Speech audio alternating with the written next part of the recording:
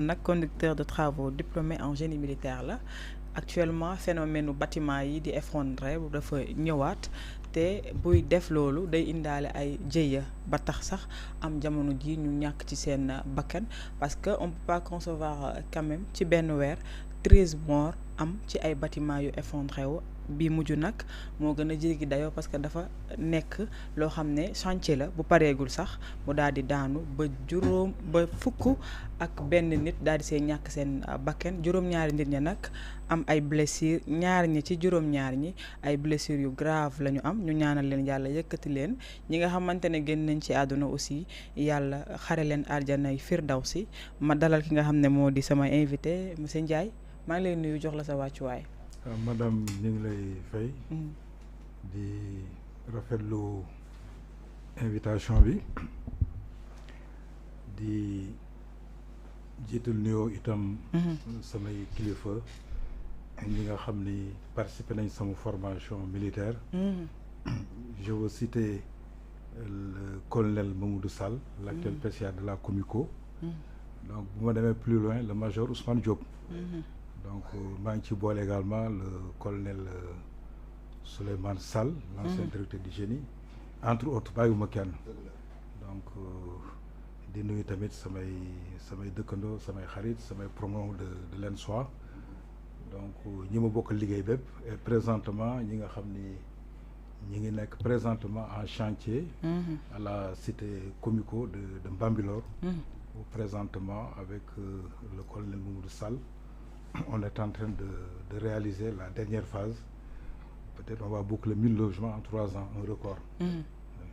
D'accord am na solo alors dañuy dugg ak yow ci waxtaan boo xamante ne jamono ji dafa nekkaat phénomène mooy ay bâtiment yi nga xamante ne bii pa ni ma ko waxee ci njëlbeen bi am na bu daanu Touba ba fukk ak benn nit ñàkk ci seen bakken ñaan ñi ci blessé wu yàlla yëkkatiwaat leen beneen bi fee la xewee mooy Ngor am ñaari nit yu ci ñàkk seen bakken amaat tamit ay blessé lan mooy waral exactement bâtiment yi di effondré daan nañ ko gis yu màgget sax mais bii pa dañ ko gis ci chantier boo xamante ne daanaka pareegul sax. waaw madame xam nga bâtiment comme jëmmi doomu aadama la. xam nga xale juddul rek nga bëgg ko taxawal. non. donc am na ay étapes yu mu def.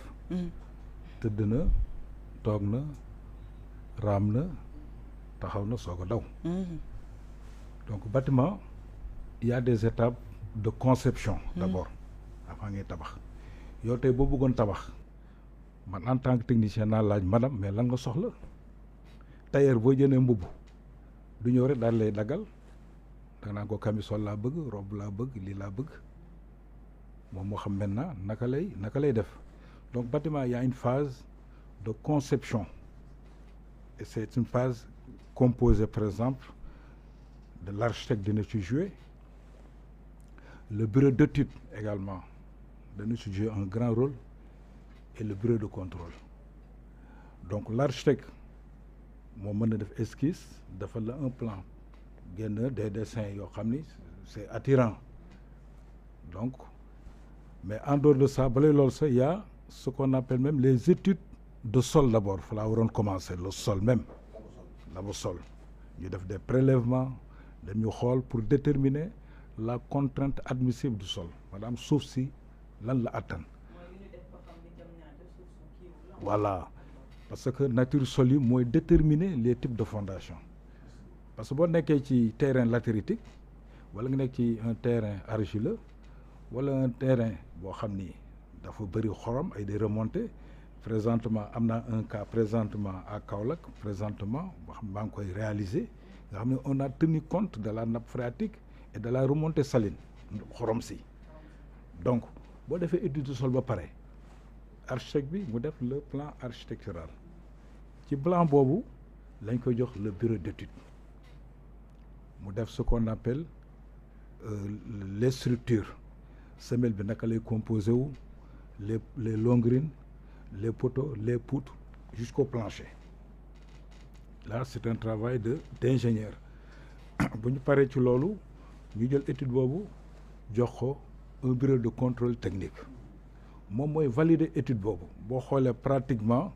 c'est comme par exemple tey nga ni un juge et un avocat ñëpp def nañ droit donc l'étude que le bureau d'étude a faite bu ñu ko joxee le bureau de contrôle mais daf koy xoolaat valider ko de ce qu'on appelle le bureau de contrôle te moom sa am na emprise sur la réalisation mën naa ko plus tard moment de la réalisation moom sa am na un droit de regard et de contrôle pour voir si réellement moom li mu validé ñi ngi koy exécuter mi ngi mel ni par exemple oto mais boo amul visite technique mais kan moo la mën a assurer donc da ngay def su visite technique ba pare nga dem ci compagnie d'assurance mu mën la assurer donc bu ñu defee loolu ba pare mooy la phase conception ñu dem maintenant à la phase réalisation dans la phase réalisation acteurs yu bëri ñooy intervenir il y a le conducteur de travaux qui est un technicien supérieur chevronné ah il y a un chef de chantier benn vieux boo xam ni pratiquement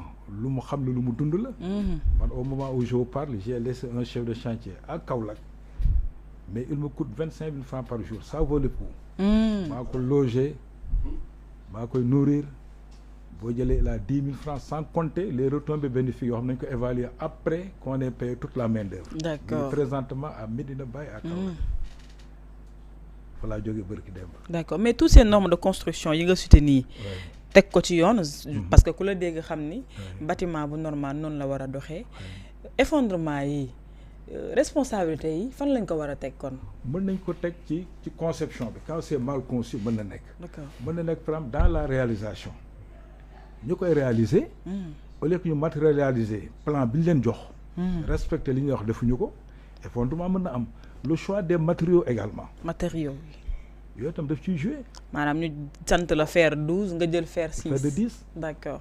ou bien je prends l'exemple le sable je prends l'exemple de Kaolack par exemple. Kaolack le sable de Kaolack c'est pas un bon sable. On est obligé d'aller jusqu'à Kaffrine pour payer du sable. nga dem à Mbour le cas s'est présenté da ngay dem ba Thiadiaye pour avoir le bon sable. Donc matériaux mën na influer sur le choix d'un mauvais matériau mën na occasionner des effondrements. Et parfois boo suivre le ministre là premier constat yi def là on a accusé d'abord les matériaux de construction yi fa. Ouais, c'est ça. Est-ce que réellement répondre aux normes. loolu la ñu indexé en fait. loolu la ñu indexé. Ouais. Et parfois nature u terrain bi également moo lay imposer ban type de matériaux ngay jël. D'accord. Parce que quand je parle par exemple des graviers ce qu'on appelle communément béton. waaw. muy xeer boo xam comme latérite c'est du béton. D'accord. Gravier la le calcaire. le sable fin c'est silex bi. Le basalte. yooyu yëpp ay c'est des graviers. Les types de fondation bu nekk mais am na bu muy demander am na foo xam man je mets du basalte. parce que moo gën ëpp résistance am na foo xam ne je peux mettre du calcaire de Bandia. D'accord. Excusez-moi de la publicité. D'accord. Y a pas de souci. Donc am na moment boo xam ni on peut mettre même de la latérite criblée lavée. D'accord mais dañ naan l'homme qu'il faut à la place qu'il faut est-ce que jàpp nga ni bu doon ñu apte ci bâtiment la ñuy jox li ñu yeeyoo pour ñu koy superviser di ko construire di ko évaluer di def li ñu war a def yëpp kon jéye yi ñuy gis ni dina am. Mais madame vous avez touché vraiment la chose du doigt. C'est là où le mal est très fort. duñ ko jox ku ko xam. Man par exemple je suis entrepreneur mais je suis conducteur de travaux. Souvent j'ai l'habitude de le dire je dis à mes ouvriers quand vous travaillez ne vous fiez pas au devis. D'accord. Parce que man je viens toujours avec la casquette de conducteur de travaux. Ça a été mon détournement, ça a été mon vécu même si je travaille à perte. jaral na ma ko. Donc parfois au lieu de chercher le mieux disant on cherche le moins disant. Fer bi fer local la nga no gi la nga jël fer importé bi et cetera donc parfois loolu tam dañ ci influer sur les prix. Deuxièmement ñi exécuter mais un travail pour lequel par exemple le gars war nga ko mën fay par exemple benn 5 millions nga négocier à 1 million mais il va pas faire du bon travail. D'accord. D'accord alors parfois Gueye Para fa laa lay évoquer sax dafa am benn cas bu ñu ma signalé ci affaire immeuble yi mi ngi xewee ci benn immeuble bu nekk Parcelles Assainies unité 18 ki nga xam ne moom immeuble bi dafa ne à tout moment immeuble bi mën na effondré wu.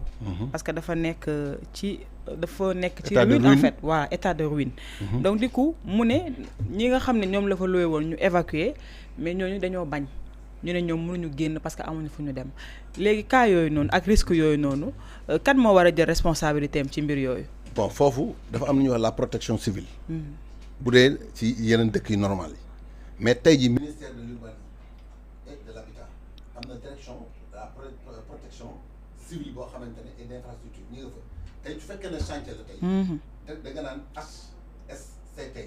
n'est-ce pas. HSCT hygiène secours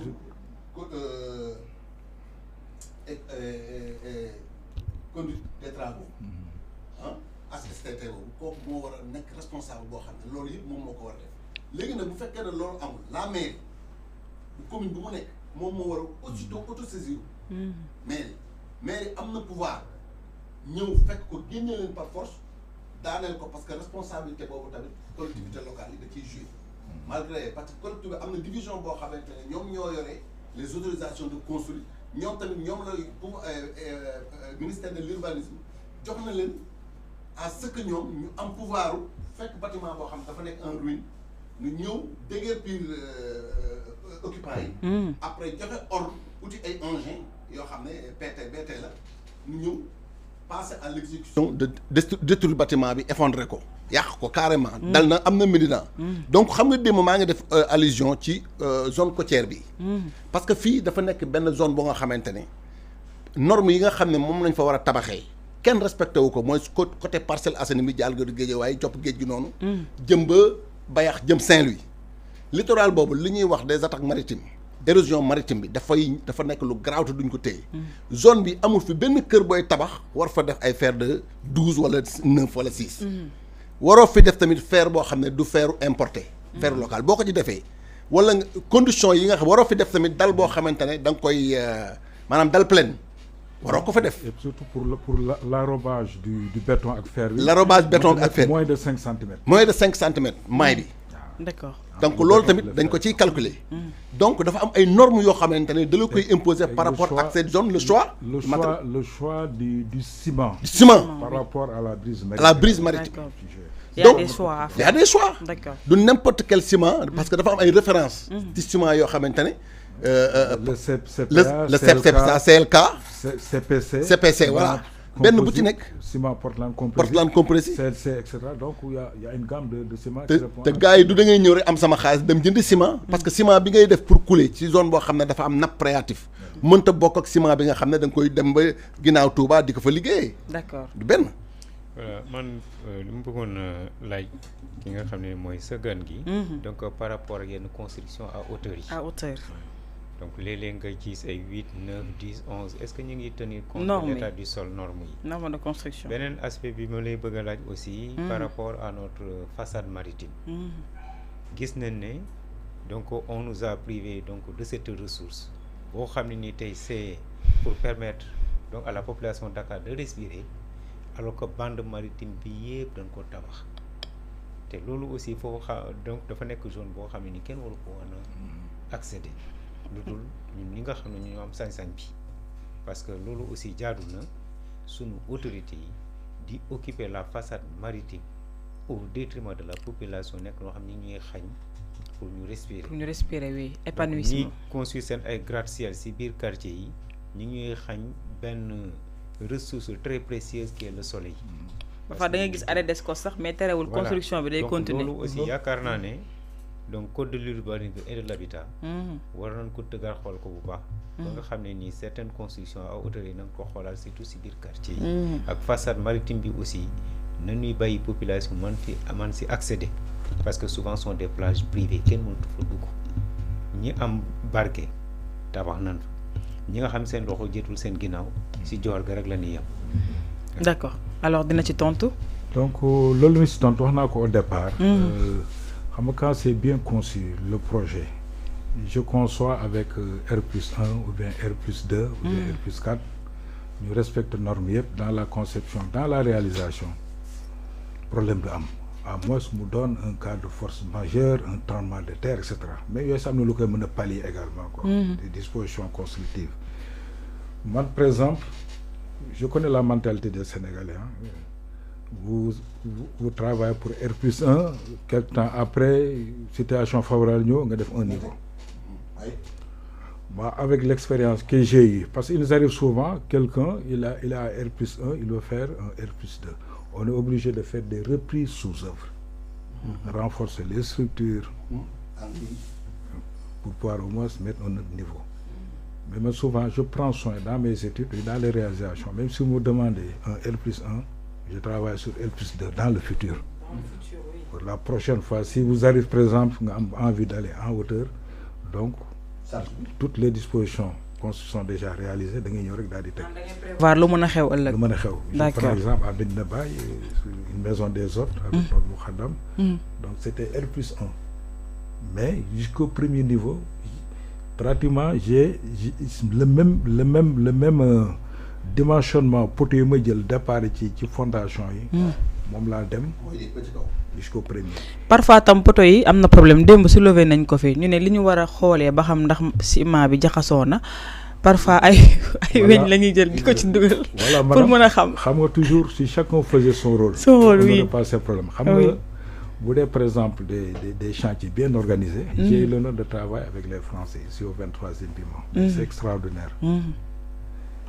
Au moment du coulage, le maître de l'ouvrage ou bien le maître d'ouvrage délégué de ñëw à l'improviste.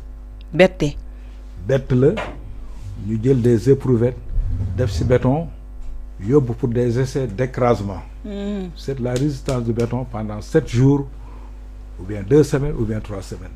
Mais si jamais que def nañu prendre les tests d'écrasement baaxul loolu nga liggéey lépp lañuy démolir. D'accord mais genre yu mel ni yéen naka la ñu mën a def ba ñu tas ci Sénégal gi yëpp parce que parfois dañuy gis ay réformes ñuy bëgg a jël wala ay décisions gis nañ ministre bi nga xam ne moo yore mbir moom moo ministre de l'urbanisme ba affaire bi xewee c'est vrai que ku yàgg liggéey ci bâtiment la ak yooyu ba mbir bi xewee wax na ay mesures dinañ ko jël dinañ xool ni norme de construction et consort mais parfois dañuy gis ni day yéex wala du am suivi naka la ñu war a mën a def ba yooyu am suivi ba nga xam ni genre yu mel ni yéen des diplômés professionnels ci li ngeen di def ñoom la ñuy gis un peu partout parce que parfois da ngay gis benn maçon boo xam ne am na 5 ans d'expérience ñu jël ko mu jékki-jékki mu ne moom mën na àngu projet bâtiment wala mën na tabaxal nit alors que amul les maîtrises qu'il faut.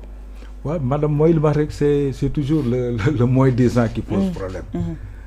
Et puis, il appartient maintenant aux autorités quand même nous donner le maximum d'informations. Comme par exemple, avoir des experts à la matière, nous il m'arrive, je suis dans un chantier comme ça, attirer l'attention du propriétaire ou bien de l'exécutant sur tel ou tel défaut, arriver à la VDN, où j'étais obligé de faire pied de grue, le propriétaire pour lui montrer le danger qu'il est en train de se faire là-bas. Donc, par exemple, question de communication là, donc il faut vulgariser, nous donne un quotidien, à partir de ce moment-là, nous sommes sensibiliser.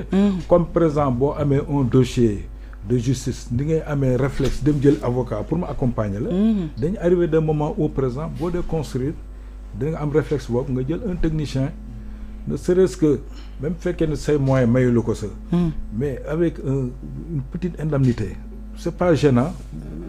Nous avons ce qui se fait, surtout avec les phases cruciales. Par exemple, telles que les fondations. Les poteaux. Tout ce qui est structure, les poutres.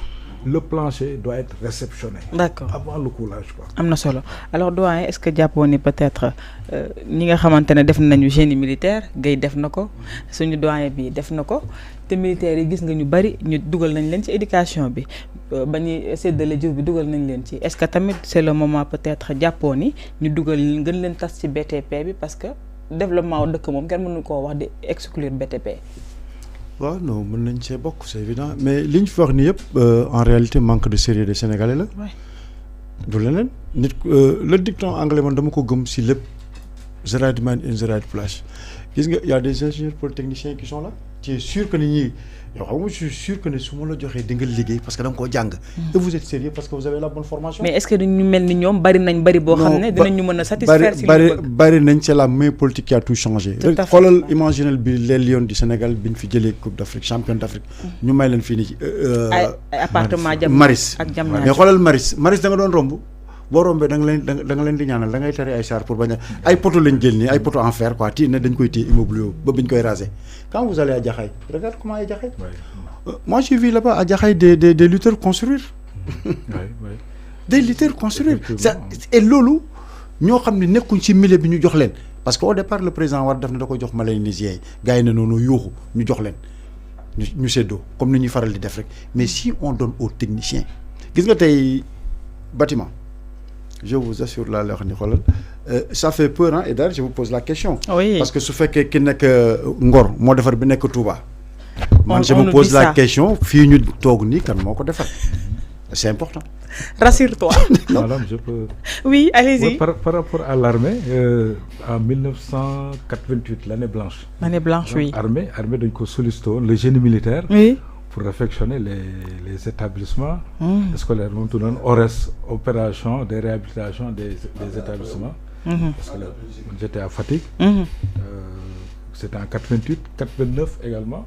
On a reconnu la même opération. En 90, on nous a dit non, armée, etc. Le pays a ses réalités, voilà. Moment bon, je prends un exemple. The right man in the right place. On a reçu les félicitations du ministre Ibrahima Niang à l'époque. Il ne pouvait pas concevoir comment se fait qu'en moins de 45 jours, le génie militaire a pu prendre toutes les... Et là, c'est question de leadership. Je salue en ce moment-là, on avait un capitaine Mbaye Thiam qui est sorti du collège, c'est lui qui était dans le secteur, mais on s'est battu nuit et jour. En 45 jours, on a libéré toutes les écoles et on a fait... Mais construction, nous avons après nous reprendre quoi. Dans le Japon, nous avons ñu reprendre ko wala lu ñu mënoon a néggandiku la donte que lu ñu commencé woon ba pare la mooy construction yi nekkoon ci corniche bi noonu dafa am ko ma ko yóbbante waaw xam nga foofu problème mu bon xam répondre na xaw a jafe parce que xam problème mbirum reddition la problème politique la administratif et cetera tout à fait Marie Diop donc comment se fait que ñu arrêté ko et cetera duñ si mën a impliqué voilà c'est ça mais foofu aussi Marie j'espère que sur le littoral Senghor bi mu fi nekkee dafa taroon na foofu bu fa kenn tabax ndax air bi dafa war a yegg caaro yi c'est ça qui était normal on a permis des constructions zone non aedificandi tout à fait et même bu ko président beneen président ñëwee permettre il y a des zones aussi non aedificandi mais détruire mais xaalis bi ñuy ñàkk nag dama ne non pour question xaalis bu ñuy ñàkk sunu bien-être la ñoo ko tout à fait c'est vrai comme li mu wax zone non édificante li ma koy laaj aussi tu vois des immeubles ici au Sénégal may professeur dañ fa mën di tabax loolu lépp dañ ko war a raser pour le bien-être de la population képp ku fa tabax da nga def li la neex état dafa def lu neex may la sañ-sañ mais kenn warut a tabax ci façade maritime bi tout à fait loolu Sénégal rek la am yeneen réew yëpp amul seen place dafa kii Sénégal dong la am te borom yi barke ñoo fa dëkk suuf la ñuy wër ñi ngi fu nekk bàyyi ñi nga xam ñun ay baadoolo lan ñu nekk ci gannus gële ci joor gële mënuñu fa sax am lenn ñu waxante dëgg nañ ko raser ay arrêt d'escos je dis non nañ ko raser waaw je veux continuer pour dire que ne gis nga même boori clinique bleu immeuble bi daanoon foofu R+4 la mais bi mu daanoo chef de chantier bi carreleur loon fu mu war a jënd fer de 14 jënd fa fer de 6 parce que da ngay am weccit c'est-à-dire ces phénomènes là lan moo koy andi parce que joxuñ ni ñu war a jox xam nga kii boo ko joxee du def loolu et puis en plus parce que tu vois des bâtiments à hauteur de 6 étages 7 étages mais tu n'arrives pas à y monter y a pas d'ascenseur mais doguma la sax foofu parce que gis nañu bi effondré Touba gis nañ ki ñu dénkoon chantier bi mooy paa bi ñu dénkoon chantier parce que borom kër gi bitim réew la nekk moom mi ngi xamal nit ñi ni lépp luñ ko laajoon pour bâtiment bi gën a baax gën a dëgër da ko doon def alors que ba ñu demee ñu def enquête préfet bi xamal nañu ci enquête yi ñu def li ñu doon utiliser ci ay matériel comme ni ko doyen bi waxee ak li ñu war a utiliser mais foofu nag le problème bi nekk parce que là c'est le là xam nga lu tax mu foofu di may métti trop temps gis nga fondation ñaari brique bu ñu ko tegee rek war contrôle war na faa romb ñaari brique bu ñu ko tegee rek contrôle war na faa romb xool ñii li ñuy def baax na wala baaxul mais dañuy bàyyi tout le temps Sénégal c'est comme ça médecin après la mort dañuy bàyyi ba mu yegg xoolal fi mu nekk nii immeuble bi xam nga pare woon na léegi bu fa 50 personnes dëkkoon nu muy demee ba pare dans cet accident da ngay sentir ne nos autorités war nañ andi aussi un peu d'apport aux sapeurs-pompiers ils n'ont même pas de moyens de grue parce que xeer yi dis nañ gis goo xam ne ils ont fait appel à des Chinois pour mën a bokk ñu mën a contribuer pour dégager ces gens là. nga fa ne ni dana nekk si xeer yi toll noonu. pendant des heures ñu amuñ sax machine bu ñu ko dindee. au même moment ak gis nga gars yi oto yi ñuy dawal. d'accord alors bu état bi bëggee lëkkaloog ak comme suñu doyen bi dugal armée bi bu baax a baax ci BTP bi nan la war a def. voilà foofu laay ñëwee parce que tey armée dafa nekk structure boo xam ne au moins c'est des gens organisés et disciplinés. parce que ñun dañu n'importe qui mooy def n'importe qui. bu ñu xëyee chantier kenn ku ne xam nañu kii mooy kan kii mooy kan kii mooy kan. dañ ne sapeur au chantier loolu suñu devise la bokk. tey jii l'actuel directeur du génie et d'infrastructure des armées le colonel Adjuma Ngom que je connais très bien que je salue de passage. Oui. il est directeur des travaux publics. tey jii ki nga xam ne mooy le directeur de la coopérative d'habitat et le président du conseil d'administration. C'est l'officier du génie le plus ancien dans le grade. C'est le colonel Mamadou Sall. Il est directeur des travaux, ingénieur en DT. tey ñii dans le temps record ñaata nga wax ne moom lañ tabax. C'est un record jamais égalé. Jamais égalé. Parce que moi j'ai eu à faire la Comico Wakam. On m'a confirmé Comico Mermoz comme chef de projet. C'est ce qui m'a vraiment teel a jël sama responsabilité parce que étant adjudant et c'est un poste d'officier. L'actuel chef des services techniques de la Comico en Bambilor c'est un officier supérieur. On a fait le diplôme de conducteur de travaux ensemble. Il était sergent-chef. Donc le colonel Sall, quand il a pris la Comico, il y a Comico Yember, après Comico Bambilor. Mais en 3 ans. 3 ans, il a fait à peu près 1000 logements. Actuellement, on est à la phase finale de ce projet. Et actuellement, ça a suscité un engouement extraordinaire. Comico présentement, Comico Thiès, qui est en gestation, pratiquement c'est plein. On est obligé maintenant, même à Comico Bambilor, de chercher des terrains additionnels pour pouvoir satisfaire les militaires. D'accord. Et c'est ouvert à tout le monde, c'est pas uniquement les militaires. Et puis, je reviens. Non, il y a des cas sociaux que l'armée a réglés, un civil bon teint, qui en a besoin. Mais pour raison sociale, dañ ko ci dugal. Machallah. Donc ma ñëw foofu léegi foofu armée dañ ko organiser. Donc foofu ñun dañu am des conducteurs de travaux, des directeurs de travaux, des conducteurs de travaux, des surveillants de travaux, am des chefs d'équipe, am des soldats manœuvre. Ñu naan les sapeurs mineurs SM. Donc ñoom dañ ko wàccee kenn ku ci nekk ak tâche bi ñu la jox ci infrastructure maanaam bâtiment foofu kenn ku ci nekk ak liggéeyam. tey jii effondrement yi di am état bi dans le contexte armée nation mais ku woon colonel Mamadou Sall ingénieur en TP woo tey l'actuel directeur du génie d'infrastructure ne ko monsieur le ministre le problème d'effondrement de bâtiment day réglé te ñoom demandé wuñu dara ci koppar parce que c'est des militaires ñoom loolu rek la ñuy demandé donc bi ma ci waxtaanee ak colonel bi démb ne ko dama bëgg un invité mënuma gëy para man loolu rek laa sawar parce que doguma la bu ñu jëlee engrais jox leen ko affaire bi jaar yoon zéro corruption ñu jël li nga xam ne moo di épreuve bac yi jox leen ko mu dox zéro corruption ñu jël leen dugal leen ci éducation bi muy dox kon je pense que bâtiment bi nga xamante ne màkka bi aussi mu dox si voilà aspect de sécurité bu doy waar la muy tabax dañ leen ci war a dugal gis nga ñaar yi bu ñu bëggee régler problème bi définitivement le transport et l'infrastructure le bâtiment nanu jël l'armée la direction du génie militaire dugal ko fa li ma ciy yokk sax oui vite fait nit jeexal c'est pas parce que naa la bàyyi nga tàgg c'est pas parce que jox nañ ko génie militaire que c'est des militaires non mais c'est ouvert à tout le monde à tout le monde oui c'est vrai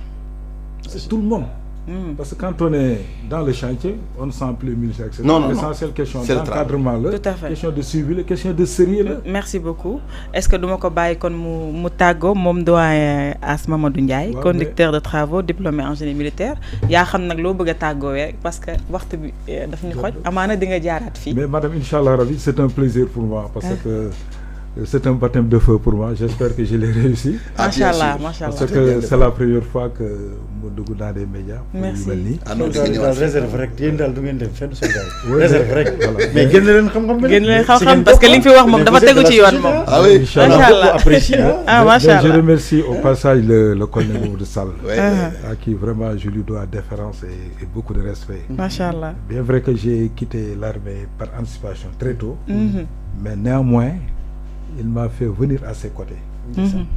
Non, même si vous n'êtes pas entrepreneur, vous serez à mes côtés. Moi, je suis Comico également. on ne sent plus l'entrepreneur qui est là-bas. C'est le conducteur de travaux qui est là-bas, c'est le frère d'armes qui est là-bas. Donc li ñuy demander aux autorités qu'on soit ouvert à l'armée. Qui lañu c'est des patriotes. L'habitat social là mën nañ ko régler surtout avec le programme de 100 000 logements. 100 000 logements. mais nañ ko jox armée. Mais le colonel qui a fait ses preuves. Je défie quiconque. En un temps record. dem leen comico Bambey la ngeen xool. ak yëmbal. waaw ak yëmbal lu ñu xool nii. mais kooku bu ñu ko joxoon mais tous les Sénégalais. Même du plus petit Sénégalais, excusez-moi du terme, parce que oui, c'est comme ça, allez-y. Mais qui gagne tout, qui a un salaire de base 60 000 lams, mais moi, je encadré ce bon tout à fait. C'est bien possible. Man à 3 millions de francs, je dis 3 millions, ni. Mais je le fais. Mais dans le tabac, de telle sorte que. 3 millions. 3 millions. 3 millions, je tabac. Machallah. Mais danaa tafa de telle sorte que. jaar na seeti de. Ah bien sûr. ma tabaxal dana jaaxal ku nekk 3 millions danañ ko seeti. lii mooy après ngeen jël numéro yi ñu tabaxal. billahi tabaxal. Oh machallah. tabaxal la. En tout cas c'est des solutions pour trouver. Je prends un exemple très simple. Oui. Mais pour le faire, moi j'ai un chantier par exemple. Vous avez besoin de prendre une semelle de 50 cm par exemple. De 50 carrés. Mais du ma la jënd loo faire. Mais man gis naa par exemple une entreprise par exemple la part bu liggéey ba pare mais fer bi nii la fay nekk en quantité suffisante. Et puis c'est du très bon fer. Machallah. Et 1 mètre lay doon et 2 mètres parfois c'est des gars qui nous appellent mais kii de pratiquement sol nañu quoi mais da nga koy jël en vil prix. Oui. Et c'est du fer normalisé. J'avoue que si le temps bu ma ko permettre naa la benn image. du fer normalisé. dama jël cas boobu le social. dinaa ko indi le social mën nañ ko gérer. Oui. mën nañ ko gérer bien vrai que bu ñu demee au niveau gros œuvre bon y a pas de hiérarchie. Parce que saaku ciment bi ki ko manœuvre ni mu koy jëndee ak DG bi koy jëndee benn la. Machallah. Mais mën nañ def de telle sorte que ñu amène la par exemple à faire quelque chose boo gisee ma jël exemple boobu ça m'est arrivé à Kolda may dem Espoir une dame qui m'a interpellé xam na sama technicien là. mun dem bëgg a tabax. ma ñëw je l'ai fait rapidement ces 2 chambres là à moindre coût. ndeysaan machallah. te mën na nekk. yàlla na yàlla dëgëral seen taxawaay. ma bàyyi la nga tàggoo. di nga ñëwaat incha allah. madame merci beaucoup. avec beaucoup de plaisir comme je l'ai dit. mais me remercie également mon Guèye frère Para également. c'est par le biais de Guèye que vous êtes là. Ah oui moi sama grand la ñoo ñu formé quoi. Voilà ñëw nañu avec beaucoup de plaisir. Et puis on est à votre disposition. Merci. Mais j'en fais vraiment ma télévision là. Merci. À chaque fois que le besoin se présente. s'impose oui. Ah non il faut nga ñëw entretien. dina ñëw su ngeen ma woowee rek danaa ñëw. xool sedd na internet itam ñu ngi lay nuyu bu baax di la jox sa wàccuwaay. merci beaucoup jërëjëf monsieur Ndiaye ñu ngi lay jaajëfal doyen ma bàyyi la nga tàggoo. Ndiaye fi may tàggoo rek mooy dialogue bi ñu dem xam nga aussi le numérique est important le président il nous parle tout le temps du numérique gars yi bu ñu leen di invité jarul ñuy taxaw ñoom ñëpp ministère de l'intérieur di jël ay invitation il faut que ñu tàmmal nit ñi ne vraiment le numérique est là on peut envoyer des courriers électroniques on a ñu envoyé ko ñëpp. nee nañ faaw mu ñëwaat. ñëpp dina ñëwaat incha allah mais c'est important. il va revenir y a pas de souci. ñëpp nee nañu vraiment yow li nga wax nii. ci 3 millions boobu xam nga sénégalais yi dañu am. ndeysaan non xoolal dañuy kër yi bëgg kër. non bon. doy egg daanaka foofu ñu jeexal kàddu non dina jaaxal c'est-à-dire c'est le logement social c'est le problème des sénégalais. et ñii am nañ possibilité te li mu la wax nii noonu la demee bëggeewul waxul lu mënta nekk loolu na mën a nekk la la wax c'est important. 7 millions la ñu donc jaayee suñu kër yi comico. loolu daal loolu lay tàggoo di. comico yëmbal. tàggoo suñu mbokku internet yëpp. di wax ne aussi di ñaanal Sénégal vraiment kuy xar raxasul gars yi nañuy bàyyi loolu xel y a trop de bruit nañu jublu ci loolu di xam ne coow mënta ñàkk on est dans le champ politique dans un climat apaisé le président a fait un appel c'est vrai mais nag gars yi kaay raxasu la ñu xaar tout à fait kuy xaar kaay raxasu nag vraiment na fay mbir yi dafa war a bar. waaw dafa war a bar ça doit rentrer dans nos bols. merci beaucoup maa ngi lay jaajëfal alors professeur ma bàyyi la nga tàggoo amoon naa mbégte bokk ak yow plateau bi. waaw mbégte bi fii la et puis di am mbégte aussi jàkkaarloog Asmali. Mamadou Ndiaye. Mamadou Ndiaye. donc macha allah. parce que li may wax rek gis nga armée ku leen jox réew ñu defar réew. parce que man dama ko mës a gëm. macha allah ñoom xam-xam bi nekk ci ñoom discipline bi nekk ci ñoom. rigueur bi nekk ci ñoom te duñ ko wane.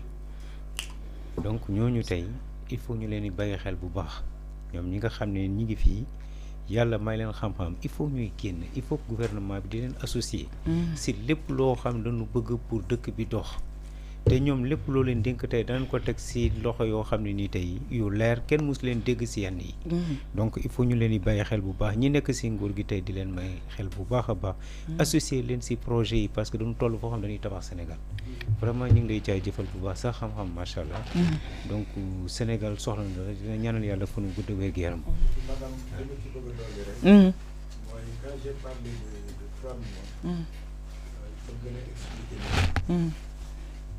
je vous fais mon temps. Vous êtes un jeune couple. Mais vous avez besoin d'une chambre ak d'un séjour mais dañ la koy defaral. Mais tout le temps sachant que le plan est extensible. Extensible surtout. Parce que au fur et à mesure ngay dem mën nga gën a am moyen. Présentement quelqu'un qui en location prend muy fay 60 000 francs par mois vous avez 3 millions par exemple mais rapidement je vous fais un petit plan il y a une chambre qui est là attenant à je mets une voiture en OGF, ce qu'on appelle ardoise. Ardoise, oui. Mais vous ne payez plus votre location. Tout à fait. Donc vous parvenez maintenant à économiser maintenant vos de l'argent, oui. Parce que l'occasion est sert maintenant. Vous faites 4 000 là, comme le disait le major Ousmane Diop, il me connu au départ. Qu'est-ce qu'il me disait? La maison, par définition, c'est le clos et le couvert. Le couvert, oui. Le clos et le couvert. Une fois que c'est fait, man nga dugg. Amna solo. Alors ku ci top. Voilà di nuyu say internautes. Waaw voilà. ñoom tam tey jaajëfal nañ la bu baax. Internautes yi vraiment kenn amul seen fay. Donc di nuyu doyen Wade. Donc Guèye Para muy ku ñàkk ki ñaan la macha allah. Ndeysaan billaay. Ku baax la moom ak Wade moom bi mu leen xamee ba léegi nekk ñoo xam ne tey ñu baax a ngi nii ñu am kóllëre ngi nii ñu bëgg Sénégal aussi ñu ngi nii di leen ñaanal yàlla fan gu gudd wér gu donc di ñaanal say technicien ñaanal Babacar ak ñëpp ñu nekk si kër gi di wax yal nañu yàlla suñu borom bi may yéen du jàmm. merci beaucoup Amine jaajëf ñu ngi lay jaajëfal si xam-xam bu sell bi te tey Guèye Para ma bàyyi la nga tàggoo ñu ngi lay gërëm nag bu baax a baax ci li ñu yombalalee suñu doyen Ndiaye ñëw si plateau bi. souvent construire parfois détruire mais toujours servir. toujours servir. ñun génieman lañu. je suis parachutiste mais je suis du génie la ma fekk baax tey jii sama chef yëpp tey dama am une très grande fierté parce que génie moo ma def li ma nekk nii valeur culturelle yi ak yooyu yëpp. je suis un parachutiste. mais Mayata moom kenn mënul wax parachutiste te génnewu ko ci. léegi nag mooy profité di gërëm tey force de défense et de sécurité di ko jiital nag armée parce que man lu ma am armée laa ko amee man armée lu ma am armée laa ko amee moo tax su ma aimé sama invité bi tey bokk na ci invité yi ma ci gën a neex tey may profité di nuyu di gërëm le ministre des forces armées le général Birame Diop ak malgré musuma recevoir te maa ngi koy bind ba léegi. dina la recevoir général Birame Diop maa ngi koy nuyu de passage le ministre des forces armées waaye nag di nuyu le chef d'état-major général des armées le général Mbaye Cissé muy ku baax keroog ba ma tirailleurs yi war a dem France dama ko bind rek ci saa si mu jënd ma samay billet d'avion kon général Mbaye Cissé yàlla na yàlla yàggal taxawaayam mi ngi def ci social bi di mais di bëral ngërëm fi ma bokk mooy direction du génie et d'infrastructure militaire. merci tey jii kooku bu ñu ko déglu woon muy un ingénieur en travaux muy le colonel Adjuma Ngom mais nag di bëral ngërëm ki nga xam ne moo ma formé dalal ma mooy le colonel Mamadou Sall. moo ma formé CAT1 moo ma formé CAT2 bâtiment jàngal ma lépp xam-xam bët nii nekkoon sama chef de service division des travaux muy DIT division infrastructure et travaux à l'état-major général des armées booba temps il était capitaine kon bu indee adjudant chef bi yaa may dégg fii tey ci plateau bi dama ci am une très grande fierté parce que man bu may wax ci colonel Sall sama xol day sedd parce que dama xam xarañam c'est un directeur des travaux du génie donc may ñaan état nañu dellu aux ressources xoolaat militaires yi pour régler le problème des bâtiments qui s'effondrent loolu bi fa naa pour éradiquer ce problème définitivement ils n'ont qu'à se pencher vers l'armée nationale te dans le contexte armé ñoom bu ñu duggee je sais que armée nañu régler seen problème te duñu ànd ak magoy ci dara donc infrastructure ak transport nañu jël armée impliqué